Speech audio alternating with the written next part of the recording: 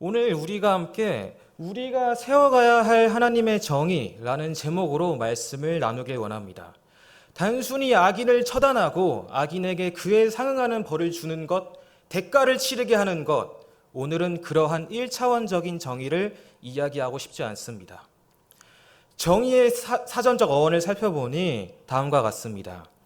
이성적 존재인 인간이 언제 어디서나 추구하고자 하는 바르고 고든 것. 우리 그리스도인들이 무엇을 바라보고 무엇을 추구하며 살아야 하는지, 우리 그리스도인이 어떻게 살아가야 하는지 우리가 함께 오늘 예배를 통해 깨닫게 되길 원합니다. 오늘 예배를 준비하며 오래전에 상영한 한 편의 드라마를 다시금 꺼내보게 되었습니다. 드라마가 상영한 당시에 아마 보셨던 분들도 많이 계실 거라고 생각을 하는데요. 그 이름 스카이캐슬입니다. 드라마의 설정은 다음과 같습니다. 부, 명예, 권력을 모두 거머쥔 그런 대한민국 상위 0.1% 가정들의 이야기가 나옵니다. 3대째 의사, 법조인 가정을 만들기 위해 대한민국 부모들이 어떻게 자녀들을 교육하는지 지금도 어느 가정에서는 이루어질 법한 이야기가 소개되고 있습니다. 제가 여러분에게 질문 한 가지 드리길 원합니다. 여러분은 모든 사람이 똑같은 위치에서 시작하고 살아간다고 생각하십니까? 아니면 누구는 여기에 있고 누구는 저 밑에 있고 누구는 저 위에 있고 꼭대기에 있어서 그렇게 세상이 보이지 않는 계층으로 나누어진 피라미드라고 생각하십니까? 드라마 속에 나오는 한 가정을 소개해 드리겠습니다. 불우한 가정에서 태어났지만 사법시험을 수석으로 통과해 검사가 되고 대한민국 상류층에 올라선 아버지가 있습니다. 그 아버지는 자신의 아들이 열심히 공부해서 명문대 법대에 입학하고 그 후로도 승승장구해서 피라미드 꼭대기에 올라서길 원합니다. 또 그렇게 아들에게 강요합니다. 아들이 뭘 원하는지, 아들이 진정 하고 싶어하는 꿈이 무엇인지 그딴 건 관심 없습니다. 그저 내 아들이 자신과 같이 피라미드 저 높은 곳에서 사람들이 부러워할 만한 인생을 살길 원합니다. 그래서 집안에 피라미드 모형을 세워놓고 끊임없이 아들에게 강요합니다. 이미 열심히 공부하는 아들에게 아주 조금만 더 열심히 해서 수단과 방법을 가리지 말고 피라미드 저 꼭대기에 높은 데로 올라서라고 계속해서 그렇게 시달리던 아들은 식사 시간에 반항을 하기 시작합니다. 세상이 왜 피라미드야?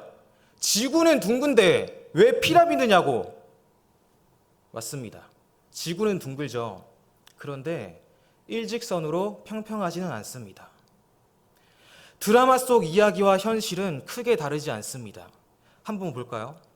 우리는 아이들을 학교에서 1, 2, 3, 4, 5, 6, 7, 8, 9 이렇게 9등급으로 아이들을 나눠 놓습니다. 너는 1등급 아이야.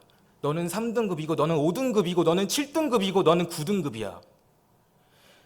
인권의 신장에 따라서 모든 사람은 평등하다 이야기하며 직업에 귀천은 없다고 가르칩니다. 하지만 자기 자식만큼은 의사, 검사, 변호사, 회계사 이런 사자 직업, 흔히 말하는 사람들로부터 존경받을 수 있는 그러한 직업을 자기 자식만큼은 가지길 원하죠. 또 이왕이면 작은 기업보다는 큰 기업에 취업하길 원하고 또 이왕이면 국산차보다는 성능 좋은 사람들이 알아주는 그러한 외제차를 타길 원합니다. 단지 현실에 얼마나 타협하냐의 차이입니다. 우리가 살아가는 세상은 그리 공정하지 않습니다. 공평이랑은 더더욱 거리가 먼 사회입니다. 우리는 살아가면서 악인이 잘 되는 것을 봅니다.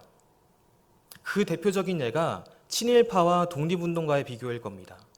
우리의 생각에는 독립운동가들이 인정받고 그 자손들이 잘 살아야 하고 친일파들은 심판을 받아야 한다고 생각하지만 현실은 그렇지 않습니다. 독립운동가는 3대가 망하고 친일파는 3대가 잘 산다는 말이 있죠.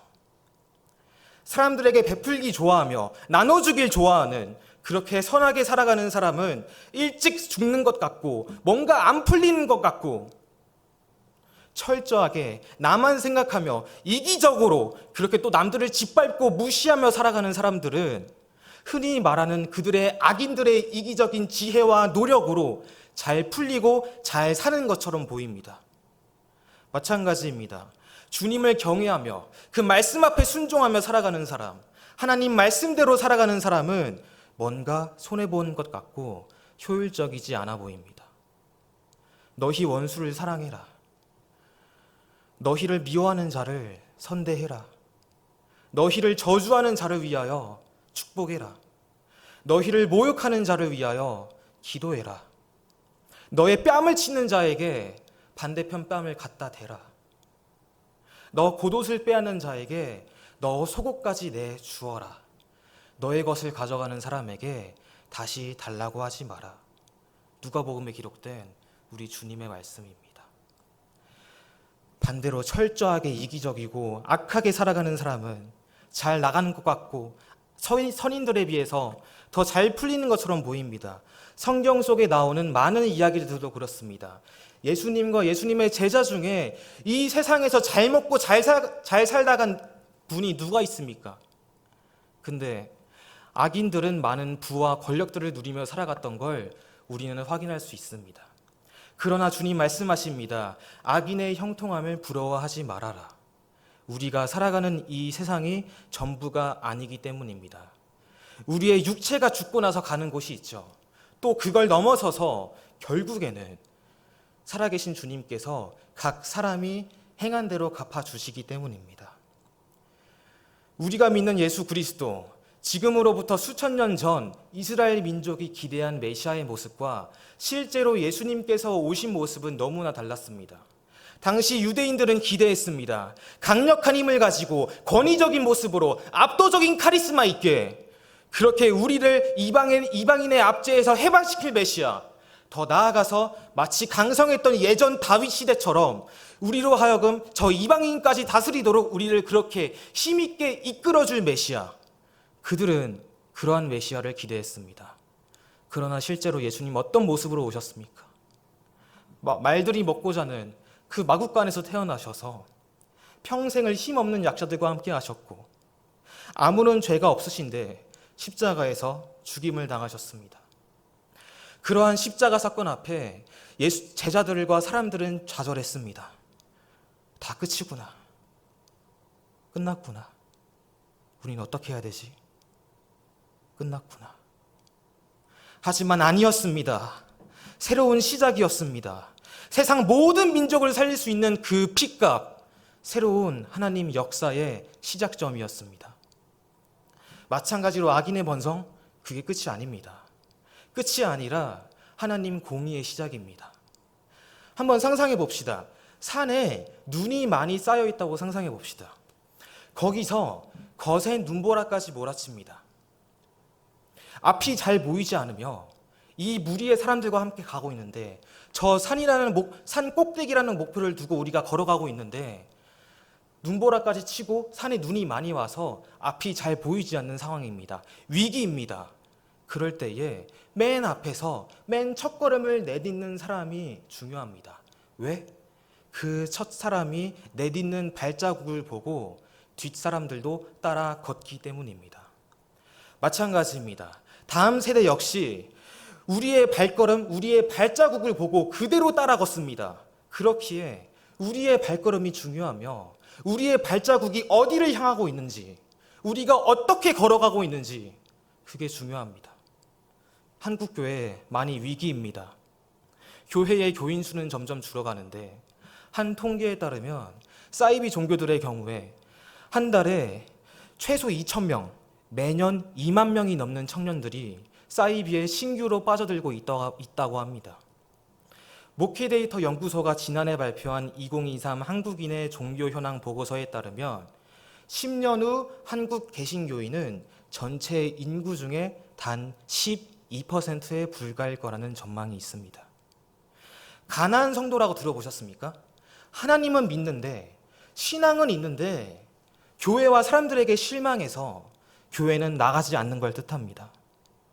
가나안, 거꾸로 말하면 안, 나, 가이죠.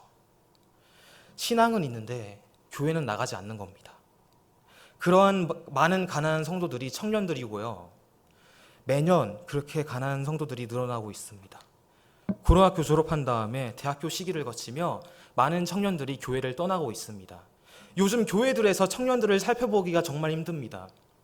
옆에 번화가만 나가도 청년들이 그렇게 바글바글한데 그런 많은 청년들은 왜 여기 없는 걸까요?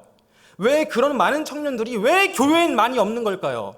왜 그들이 왜 교회에 대해선 거부감을 느끼고 왜 환멸을 느끼는 걸까요? 왜 그런 걸까요? 왜 이렇게 되었을까요?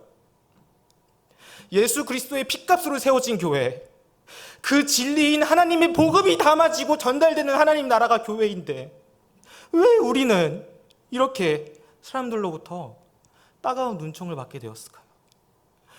우리만 욕을 먹는 게 아닙니다. 하나님께서 결국에는 다시 십자가에 못 박히고 있어요. 여러분은 그 이유가 뭐라고 생각하십니까? 저는 이렇게 답하고 싶어요. 많은 그리스도인들이 그리스도인답게 살고 있지 않기 때문입니다. 사회와 사람들 또 대중들이 기대하는 교회와 크리스찬들의 역할이 있습니다. 교회가 최후의 보류라고 생각합니다. 한국의 근현대사를 살펴보면 한국 사회의 안정화 단계에서 교회가 정말 큰 기여를 했습니다. 사회가 세속을 외치고 돈이면 다 된다. 돈이면 다 된다. 나만 잘 먹고 잘 살면 돼. 개인주의. 이런 걸 외칠 때에 교회만큼은 사랑을 이야기하고 교회만큼은 예수님의 사랑으로 약자들을 감싸왔습니다. 현실은 또 이렇습니다. 각종 언론에서 터지는 목회자의 타락, 성추문, 교회의 세속화, 그리스도인의 겉과 속이 다른 모습, 앞과 뒤가 전혀 다른 모습들, 교회 안에서 사람들을 대하는 모습과 일상 속 모습이 전혀 일치하지 않습니다.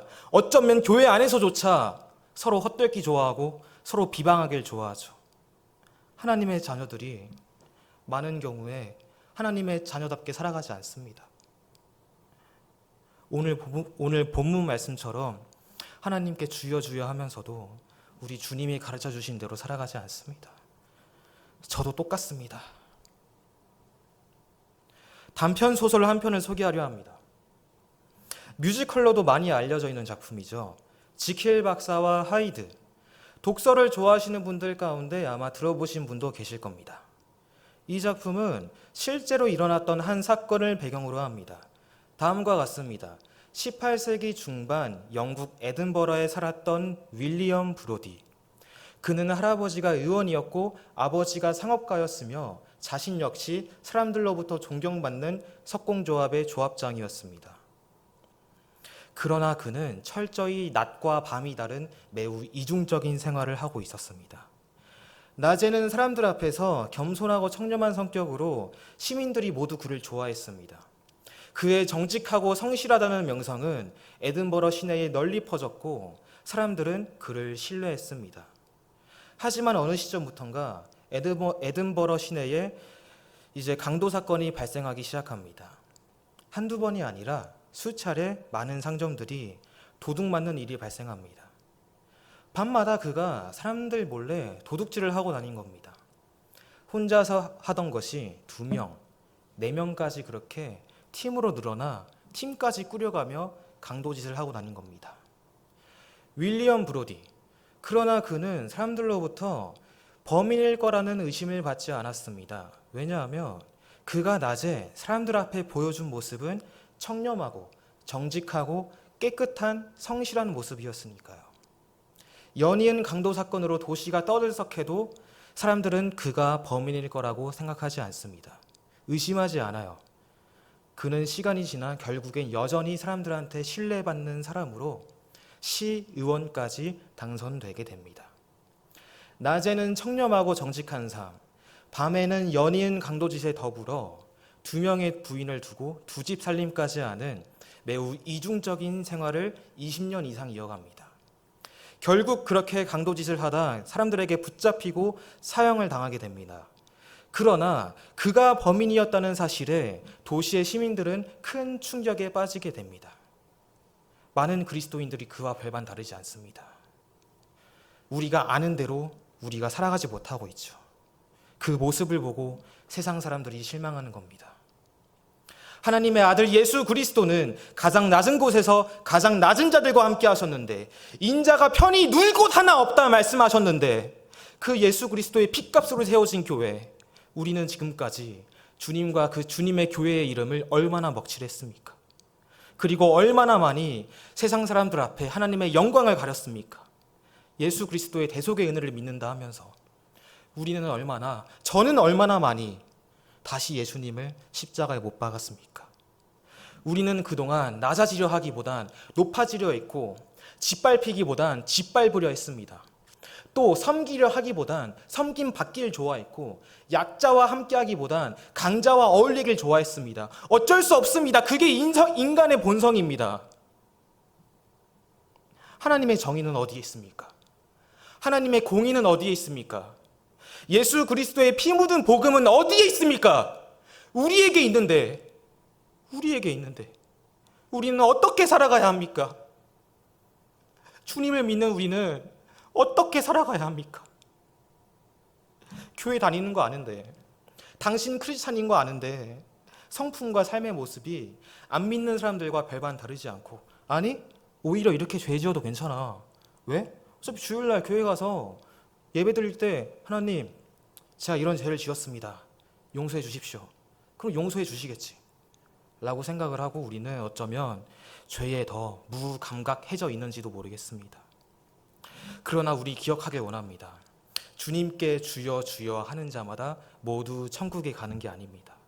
변화되고 성화되어서 그 말씀대로 살아가야 합니다. 네이버 카페 중에 한 카페가 있습니다.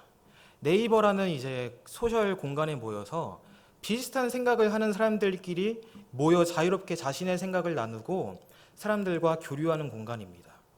한 카페의 이야기입니다. 매일같이 사람들이 모여서 한국 교회와 목회자 또 성도들의 이중적인 모습을 비판하고 욕합니다. 회원 수는 10,000명이 넘으며 매일같이 글이 올라와 우리 그리스도인들을 개독이라 욕하고 있습니다. 카페의 이름 안티 기독교이며 안티 이슬람교, 안티 불교 이런 카페는 찾아볼 수가 없었어요. 오직 설교 말씀을 준비하며 글을 하나하나 내려보는데 정말 마음이 아팠습니다. 나 때문에, 우리 때문에 이렇게 결국엔 주님께 그 비난의 화살이 돌아간다는 게 너무 죄송했고, 이렇게 한국 교회를 증오하는 사람들이 많다는 사실에 너무 가슴이 무너져 내렸습니다. 그러나 가장 마음이 아팠던 사실은 그 사람들의 경우에, 많은 경우에 이전에 교회를 다녔지만 상처받고 극단적으로 교회를 적으로 돌린 케이스입니다. 저와 매우 가까운 관계 중에도 실제로 이런 분이 계십니다. 아예 교회도 안 가봤는데 그렇게 교회를 욕할 이유가 없죠. 어릴 적에 이전에 다녔는데 여러 가지 이유로 이제 상처받고 마음의 문을 닫아버린 겁니다. 그런 사람들 중에 극단적으로 교회와 복음을 씹고 조리돌림하기 위해 모인 사람들이 10,000명이 넘습니다. 그들이 그렇게 변한 이유를 떠올려 보니 공감도 되고, 저도 정말 부끄럽고, 그들을 그렇게 실망하게끔 궁지로 내몬 여러 가지 상황과 이유들에 너무나 마음이 아팠습니다. 얼마나 교회와 사람들에게 받은 상처가 크면 얼굴도 모르는 저 사람들 앞에서 저렇게까지 글을 쓰며 동의를 구할까? 일주일 전에 한 청년이 올린 글입니다. 개독을 완전히 떠났습니다. 마음이 후련합니다. 그 밑에 달린 댓글들입니다. 축하합니다. 백해무익한 개독이죠. 제 20대의 6년을 개독에 갖다 바친 게 너무 후회됩니다. 22살. 때로는 버겁고 때로는 힘들어도, 때로는 주님이 이해되지 않아도 그래도 주님 손만 꼭 붙잡고 나아가는 저로서 정말 같은 청년의 입장에서 너무 마음이 아프고, 이 사람 안에는 도대체 어떤 상처가 있길래, 어떤 실망을 했길래 이럴까? 우리 교회의 이야기가 아닙니다. 우리 교회의 이야기가 아니에요. 많은 교회들의 경우에 교회가 교회답지 않기 때문에, 사역자가 사역자답지 않기 때문에, 그리스도인들이 그리스도인답지 않기 때문에 다시 예수 그리스도를 십자가에 못 박고 세상으로부터 질타를 받고 그 피 묻은 예수 그리스도의 이름을 욕되게 하는 겁니다.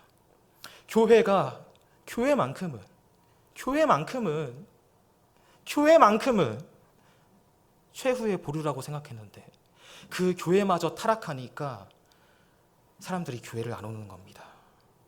동아시아, 중국, 한국, 북한, 일본 중에 유일하게 한국에서만 종교의 자유와 더불어 기독교의 성장이 동시에 이루어졌습니다. 이 한반도 땅 위에 복음이 세워지고 복음이 전파되고 주님의 교회들이 세워지기까지 정말 많은 순교자들의 피가 있었습니다. 지난 일제시대 6.25를 거쳐오며 예수님을 믿지 않는다 말하면 살려주겠다는 군인과 경찰의 압박에도 그들은 굴하지 않았습니다. 옥중에서 피와 살이 찢기고 아무리 잔인한 고문과 신문에 시달린다 할지라도 그들은 주님을 저버리지 않았습니다. 그들이 현재 한국교회의 상황을 보면 어떻게 생각하겠습니까? 그들이 현재 우리가 마주하고 있는 상황을 위해서 그렇게 피를 흘렸습니까? 우리 예수님과 순교자들의 피를 기억합시다. 그들의 피를 욕되게 하지 맙시다. 그들의 피를 부끄럽게 하지 맙시다. 모든 것을 포기하면서까지 목숨까지 내려놓으며 그렇게 지켜낸 주님의 복음과 주님의 교회입니다. 이 자리에 모인 우리 모두에게 도전합니다. 이곳에 모인 사랑하는 성도 여러분, 여러분이 주님께서 세우시고 택하시고 여러분이 주님으로부터 부름받은 하나님의 자녀라면 우리 하나님의 자녀답게 살아갑시다. 더 이상 우리 그리스도인들의 그리스도인답지 않은 삶의 모습 때문에 예수님을 욕보이지 말고 주의 피값으로 세워진 그 교회를 욕보이지 말고 주님의 살아계심을 우리의 삶을 통해 보여줍시다. 우리 그리스도인들이 살아가는 모습은 뭔가 다르다는 걸 세상에 보여줍시다. 하나님의 정의 아직 살아 있습니다. 세상의 정의는 무너졌지만 하나님의 정의는 살아 있습니다. 한국 기독교의 희망은 끝나지 않았습니다. 우리가 세워가야 할 하나님의 정의는 바로 그리스도인답게 살아가는 것입니다. 주님 말씀하십니다. 너희는 나를 불러 주여 주여 하면서도 어찌하여 내가 말하는 것을 행하지 아니하느냐. 누구든지 나를 따라오려거든 자기를 부인하고 자기 십자가를 지고 나를 따를 것이니라. 안과 행함의 일치, 믿음과 삶의 일치를 이뤄냅시다. 우리 그리스도인답게 살아갑시다. 또 그렇게 우리 아이들에게, 우리 청년들에게 가르칩시다. 우리 그리스도인들이 살아가는 삶의 모습을 통해 사람들이 또 세상이 하나님의 살아계심을 또 예수 그리스도의 영광을 보게 될 것입니다. 7월 한 달 동안에 드려지는 수요 사경의 주제, 교회에게 자녀를 말하다입니다. 이렇게 한번 얘기해 보면 어떨까요? 자녀에게 교회를 말하다. 이렇게 말해주고 싶어요. 우리 다음 세대들에게, 우리 아이들에게, 우리 청년들에게 이렇게 격려하고 싶어요. 너희가 걷는 이 길은 좁은 길이야. 쉬운 길이 아니야. 교회 생활 열심히 하고 봉사 열심히 하고 그렇게 하나님 앞에서 시간 많이 쓰고 그러다 보면 어쩔 때는 이게 내가 이렇게까지 해야 되나? 나한테 돌아오는 게 뭐지? 싶을 때도 있을 거고 때로는 사람들이 비웃을 때도 있을 거고 사람들이 이상한 시선으로 볼 수도 있을 거야. 근데 그렇게 해서 왜 교회 다니냐고 욕을 먹기도 할 거야. 하지만 우리 같이 만들어가자. 같이 만들어가자. 우리의 삶을 통해 우리의 삶을 통해 하나님의 자녀답게 살아가는 우리의 모습을 통해 세상에 하나님의 살아계심을 보여주자. 하나님의 정의는 끝나지 않았어. 기독교가 위기라 말할 때에 우리 포기하지 말고 좌절하지 말고 우리가 다시 크리스찬들의 이미지 만들어 가보자. 우리가 해보자. 교회의 이미지, 크리스찬들의 이미지 우리가 만들어가자. 안 끝났어. 교회의 역사를 살펴보면 위기가 아닌 적은 단 한 번도 없었습니다. 하지만 하나님은 포기하지 않으셨어요. 하나님께서 함께 하실 겁니다. 우리가 해야 될 거는 하나님의 마음에 합하려고 노력하는 것, 하나님의 말씀대로 살아가려고 노력하는 것, 그게 우리가 세워갈 하나님의 정의입니다. 저는 우리 주님을 많이 사랑합니다. 때론 힘들기도 하시고, 때론 주님과 함께 걸어갈 때에 괜히 돌아가는 것 같고 이해되지 않는 순간들이 너무나 많지만, 그럼에도 지금까지 살아온 게 주님의 은혜임을 알기에 우리 주님을 정말 많이 사랑합니다. 제가 사랑하는 우리 주님을 여러분도 사랑해 주셨으면 좋겠습니다. 하나님 많이 사랑합니다. 성도 여러분, 하나님께서 여러분을 정말 많이 사랑하세요. 우리를 사랑하는 주님을 위해 우리도 뭔가 해봅시다. 주님께 달라고만 하지 말고 주세요, 주십시오, 주십시오 달라고만 하지 말고, 받기만 하지 말고 우리를 사랑하는 주님을 위해서 우리도 뭔가 해봅시다. 어떻게요? 하나님의 정의를 세워갑시다. 하나님의 자녀답게 살아갑시다. 어떻게요? 주님이 우리에게 보여주셨잖아요. 이미 주님이 보여주셨잖아요. 그 예수 그리스도의 사랑으로. 하나님이라면 이 상황에서 어떻게 행동하고 말씀하실까 항상 고민하며 우리 주님의 발걸음을 따라갑시다. 우리가 세상의 빛과 소금이 되어야 합니다. 이 어두운 세상에, 이 마지막 때에 우리가 등대로서 세상을 밝혀가야 합니다. 하나님을 향해서 다양한 감정이 듭니다. 많이 사랑하지만 또 많이 미워요. 왜 이렇게까지 상황을 몰아가시나? 왜 이렇게까지 사람을 절벽 끝으로 몰아가시나?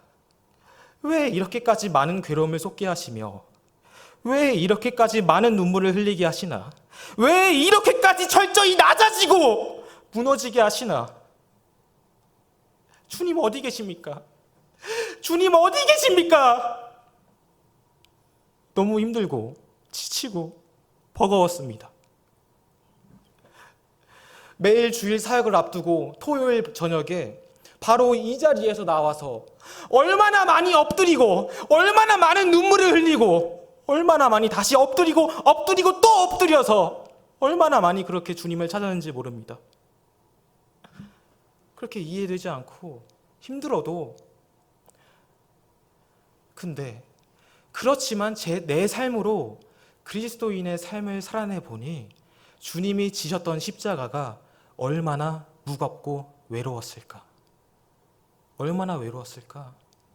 얼마나 무거웠을까? 조금은 알 것 같기에 이제 그 주님의 십자가 제가 이어지고 싶습니다. 제가 나눠지고 싶습니다. 그럼에도 내가 주님을 사랑하기에, 그럼에도 내가 주님만 의지하기에, 나에겐 당신이 전부니까, 내가 주님 없으면 안 되니까, 내가 주님 없으면 안 되니까. 우리가 하나님을 선택한 게 아니라 하나님께서 우리를 선택하신 겁니다. 우리가 하나님을 사랑한 게 아니라 하나님께서 우리를 사랑하시는 겁니다. 주어진 상황들이, 일상들이 너무 무너지고 너무 힘들었을 때에 나 이대로는 사역 못하겠다고, 내 삶이, 내 일상이 이렇게까지 무너졌는데 나 주일날 가서 어떻게 애들한테 사랑을 전하라고, 나 못하겠다고, 안 할 거라고, 이제 다 포기하고 내려놓을 거라고, 내 마음대로 살아갈 거라고, 그러니까 건들지 말라고, 그렇게 말하며 주님 손을 놓으려 했던 때가 있었어요. 근데 저는 주님 손을 놓으려 할 때 주님은 놓지 않으시더라고요. 주님은 안 놓더라고요. 사랑한다. 사랑한다. 다시 같이 가자. 하나님 말씀에 생명을 겁니다. 때론 불합리해 보이고, 때론 억울하고 이해되지 않고, 복음 때문에 웃을 미소보다 흘릴 눈물이 더 많은 걸 알지만, 그럼에도 하나님을 경외하고 그 말씀대로 살아가려고 발버둥 칠 때에 그 안에서 내가 진정 그리스도인으로 변화됨을 느끼며 그 안에서 진정한 자유를 누리고 그게 참 기쁨이라 여기기에 저는 이 좁은 길 계속 직진하겠습니다. 때론 넘어지고 지쳐 쓰러져도 포기하지 않겠습니다. 멈추지 않겠습니다. 계속 고하겠습니다. 여러분은 어떻게 하시겠습니까? 좁고 험난한 길입니다. 여러분 어떻게 하시겠습니까? 설교는 앞에 앉아 계신 성도님들께 하는 게 아니라고 생각합니다. 바로 앞에, 여기 바로 앞에 하나님께서 청중으로 앉아 계시다고 생각을 하고 그 하나님께 내가 사랑하는 당신을 향한 진솔한 믿음의 고백을 드린 겁니다. 여러분은 그 하나님을 향한 하나님께 드리는 제 믿음의 고백을 드린 거예요. 주님, 저부터 그리스도인답게 살아가겠습니다. 하나님은요, 침묵하시는 분이 아닙니다. 방관하시는 분은 더더욱 아닙니다. 기다리시는 겁니다. 제가 아까 그랬죠. 좁고 험난한 길, 저는 가겠지만, 저는 직진하겠지만 여러분은 어떻게 하시겠냐고 여쭤봤습니다. 우리 지금 여러분의 바로 옆자리에 앉아 계신 주님께 그 답변을 드립시다. 망설이지 말고 주저하지 말고 같이 고호합시다. 혼자 가면 외롭거든요. 혼자 가면 쓸쓸하거든요. 우리는요, 혼자가 아닙니다. 주님도요, 혼자가 아닙니다. 하나님 손만 꼭 붙잡고 우리 그 좁은 길, 그러나 생명의 길, 진리의 길, 우리는 진리가 뭔지 알지 않습니까? 혼자가 아니라 함께 걸어갑시다. 갈 거면 확실하게 갑시다. 주님 말씀 한 귀로 듣고 한 귀로 흘리지 말고 그 말씀대로 살아갑시다. 하나님의 정의를 우리 함께 세워 갑시다. 하나님의 자녀답게 살아갑시다. 그리스도인답게 살아갑시다. 하나님께서 항상 영원히 여러분과 함께 하시며 여러분을 돕고 계실 겁니다.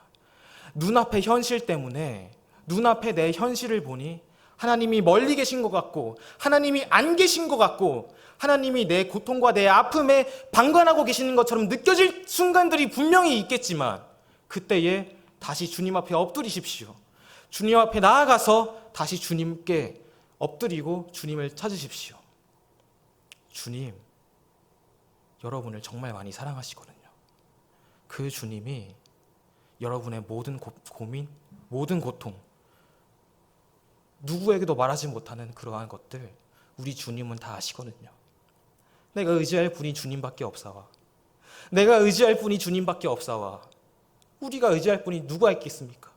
주님밖에 없는데 결국엔 다시 돌아갈 분이 결국엔 다시 의지할 분이 주님밖에 없는데 주님께서 우리 한 사람 한 사람을 그렇게 어렵지만 때론 고되지만 그러나 생명의 길, 진리의 길 우리가 중간에 걸어가다가 때론 넘어지고 때론 쓰러지기도 하겠지만 주님께서 우리로 하여금 그 길을 끝까지 완주할 수 있도록 주님께서 함께 하실 겁니다.